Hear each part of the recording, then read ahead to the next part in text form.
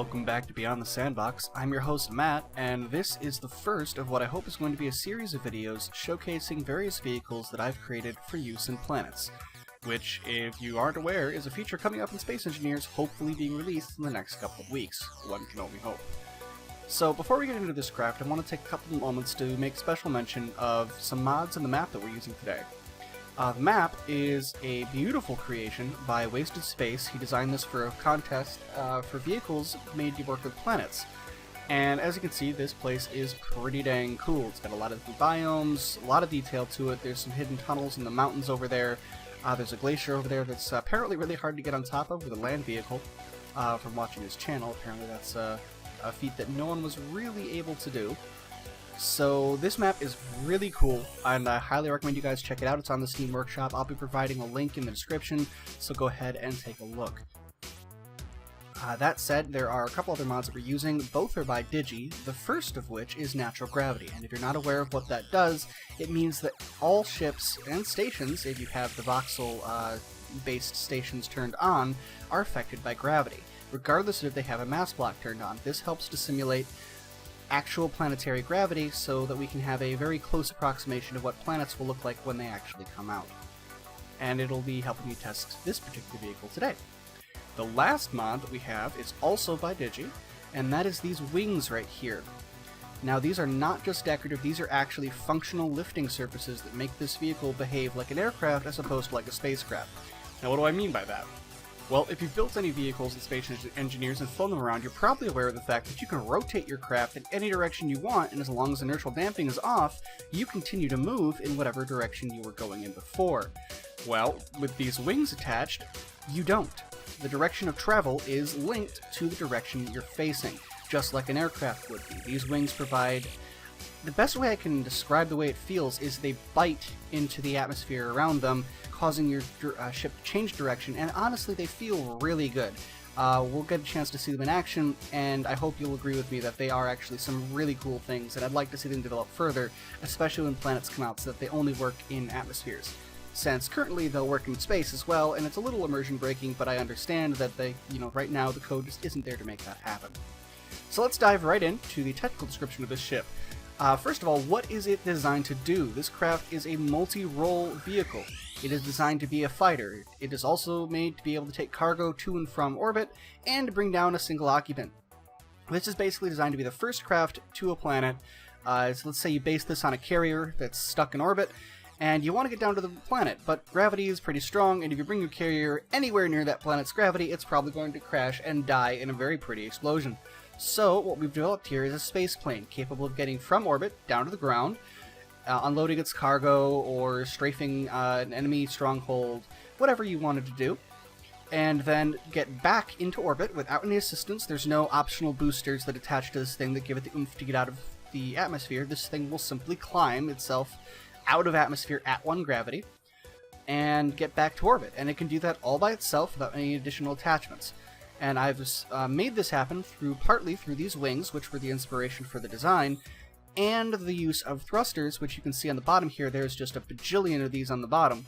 That provides this enough lift to be able to counteract the 1g of gravity that I have set to this map. Now I'm basing this vehicle around the idea that planets will be hovering around the 1g mark. If planets, say, come out where there are 2 or 3 Gs, which is entirely possible, since I'm not entirely familiar with how the gravity is going to work, then this vehicle will not be able to counteract the gravity, and I'll have to be coming up with something else. But for the time being, this vehicle should be adequate to explore many different moons and terrestrial planets that are going to be released. So, I mentioned that it's designed to do a couple different roles, and the first of which is combat. Now you'll notice that it is armed. It's got 4 guns, 2 on each side, as well as the rocket pod on top. This gives it a decent amount of armament to be able to take on any vehicle of a similar class and size. Its main downside is the fact that it had to be constructed out of light armor. I tried to create this with a combination of heavy armor and light armor, or fully out of heavy armor, but unfortunately it just had too much mass to counteract in the gravitational field, and it would not fly. I tried for hours trying to get this thing to work, and it would not. So unfortunately I had to make it out of light armor, and as we all know, light armor basically melts under return fire. So while this vehicle is able to dish out punishment, it may not be the best at taking it. The next role that this vehicle is designed to take, or designed to occupy, is that of cargo transport. Now, obviously, this is not a giant cargo hauler. I will be making something along those lines in a later video, hopefully. But for right now, I have a medium cargo container buried in the hull here, and it's attached to 2 smaller cargo access points on the hull, right where the pilot gets out of the cockpit. So it makes you be able to have easy access to the cargo storage, and as I said, this thing is completely capable of getting out of a gravitational well on its own, so you can make multiple trips, and it's very simple to do.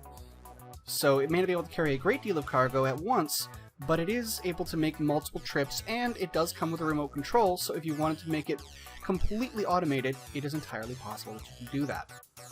Now, the last role is that of personnel transport.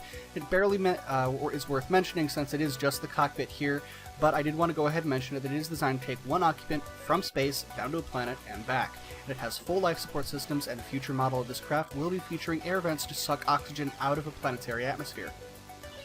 Now, you may have noticed the thrusters on the bottom of this vehicle seem to be able to give it enough lift to counteract gravity, and that is in fact what they do. I said as much. Now, if you've been thinking about it, you're probably thinking, gee, I wonder if this thing could take off vertically, and you would be correct. This craft, in addition to being a space plane, is also a VTOL, in that it can take off directly straight up and come straight down. Now, if you played Space Engineers for any length of time and tried other people's creations, you may have noticed that VTOL craft can be a little bit finicky, either because you have to play with manual thruster overrides or the scripts require a great deal of setup to make them work.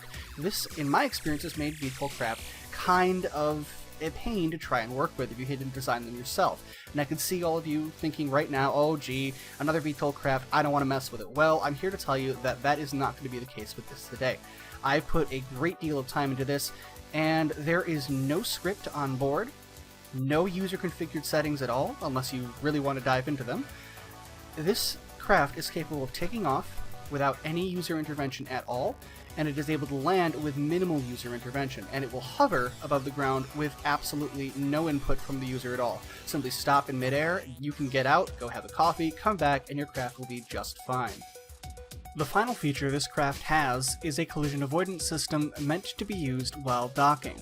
There are 4 sensors, 2 on the wings, 1 in the front, and 1 in the back, that detects when the craft is pitched too far forward or too far to the left or right, and will auto-correct. The sensors are currently set up so that this feature activates only a couple meters off the ground and will keep you from slamming into a surface or accidentally bumping a wing when coming in for a slow dock. The collision detection plus the automatic hovering means that this vehicle is almost impossible to accidentally crash into the ground. Alright, so here's the vehicle. We've seen it. Now I'm inside the cockpit. Let's show you the HUD real quick, just to give you a brief overview of how this vessel works. You see the options are, buttons 1 and 2. Operate the guns and the rocket pod. 3 is a camera, which is currently facing at the ground here, so we don't have much of a view out of it, but it helps in docking with various connector ports or just getting onto the ground and knowing how far away you are. I also have the last 4 buttons are related to the main engines as well as takeoff procedures. You can see in the back here that the craft's main thrust is provided by 3 large thrusters, and that can be turned on and off with the 6 key to give you the ability to have precision maneuvering both forward and backwards. 7 is the option to turn off the thrust override for your main engines, so that way if you wanted to come to a complete stop, all you have to do is hit the 7 key and your vehicle will cancel its own thrust. 8 and 9 are the auto takeoff and auto landing features respectively. As I said, this vehicle is capable of taking off entirely under its own power without any kind of user intervention. Let's put that to the test, shall we? I'm going to turn the HUD back on here really quick. The only button, or my hands are off the mouse, my hands are off the keyboard, I'm going to hit the 8 key once. And this vehicle is going to take off all under its own power. I am not doing any of this. This is all the onboard features. And the main engine should kick on, and we are in normal flight, and you can begin to just move around. Now, as you see, this vehicle handles pretty well. It handles just like an aircraft, and you may notice that it does seem to be operating a little bit differently than your average vehicle. It seems to change direction a lot better than a spacecraft would without some kind of surface biting into an oxygenated atmosphere. And I'm going to show you this is the case here in just a second. Now, you still can slew turn, just like you would in, say, a fighter in space, where you can spin around and shoot at enemies behind you and keep on going forward. That is possible, but that's not what this craft is designed to do. That's not, as I said, this thing is an aircraft. It is designed to run like an aircraft, and I'm going to show you exactly how that works here in just a second. So I'm going to get up some speed and some altitude so I don't crash and die, as that'd be very upsetting in a video demonstrating this craft. And I've done it before, just because I'm stupid. The craft may be designed to be idiot-proof, but I still am an idiot, and idiots always prevail. So I'm going to go ahead, hit 6, disabling our thrust override.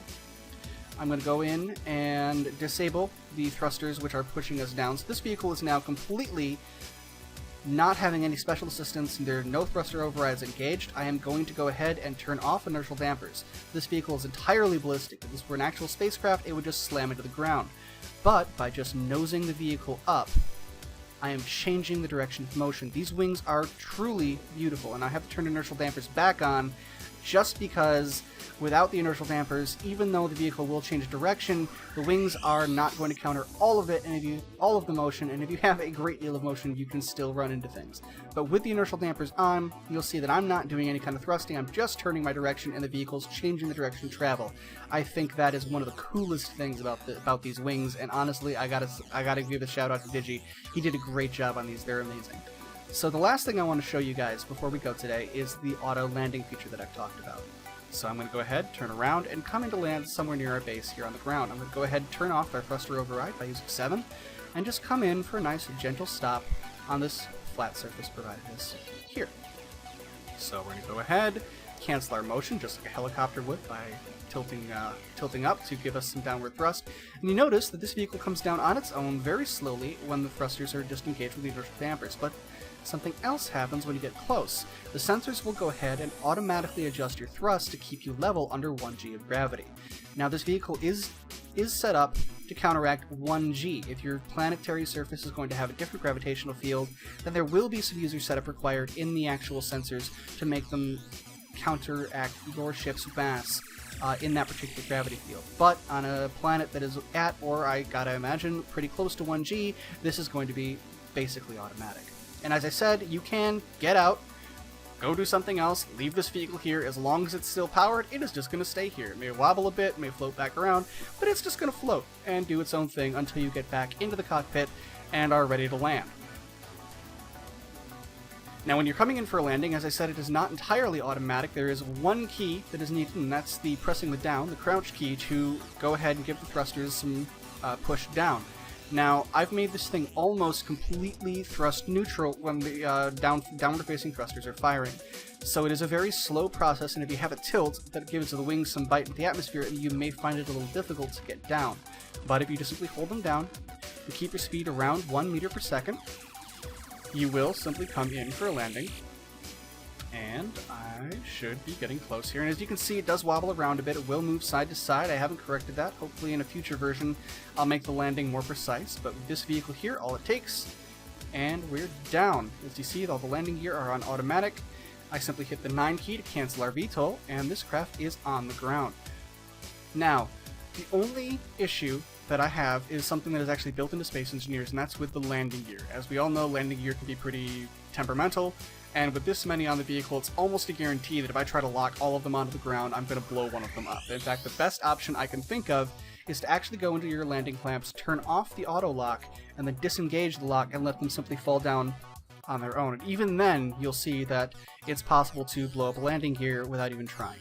So that is the only issue with this vehicle, and I don't believe it is an issue with the design. It's simply with the fact that landing gear are, as ever, temperamental. So that has been the review of my first vehicle in the form of a space plane. Hopefully the next video will be showcasing the carrier made to launch and store these craft. And as always, I'd like to thank you for watching.